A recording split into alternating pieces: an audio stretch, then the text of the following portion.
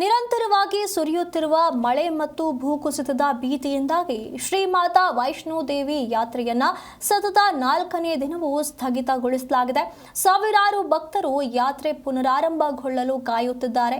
ಆದರೆ ಹವಾಮಾನ ಸಂಪೂರ್ಣವಾಗಿ ಸುಧಾರಿಸಿ ಮಾರ್ಗವು ಸುರಕ್ಷಿತವಾಗಿದೆ ಎಂದು ಘೋಷಿಸಿದ ನಂತರವಷ್ಟೇ ಯಾತ್ರೆಯನ್ನ ಮತ್ತೆ ಪ್ರಾರಂಭಿಸಲಾಗುವುದು ಎಂದು ಆಡಳಿತ ಮಂಡಳಿ ಸ್ಪಷ್ಟನೆಯನ್ನ ನೀಡಿದೆ.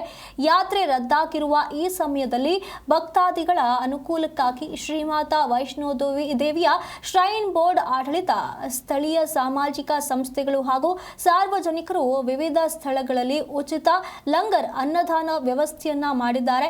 ಹಾಗೆ ವಿಶೇಷವಾಗಿ ಭೂಮಿಕಾ ದೇವಸ್ಥಾನದಲ್ಲೂ ಕೂಡ ಭಕ್ತರಿಗೆ ಭೋಜನ ಹಾಗೂ ಪ್ರವಾಸದ ವ್ಯವಸ್ಥೆಯನ್ನ ಮಾಡಲಾಗಿರುವಂತದ್ದು.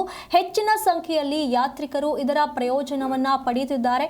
ಆಡಳಿತ ಮಂಡಳಿಯು ಹವಾಮಾನದ ಸ್ಥಿತಿಗತಿ ಹಾಗೂ ಯಾತ್ರೆಯ ಮಾರ್ಗವನ್ನ ನಿರಂತರವಾಗಿ ಪರಿಶೀಲಿಸುತ್ತದೆ.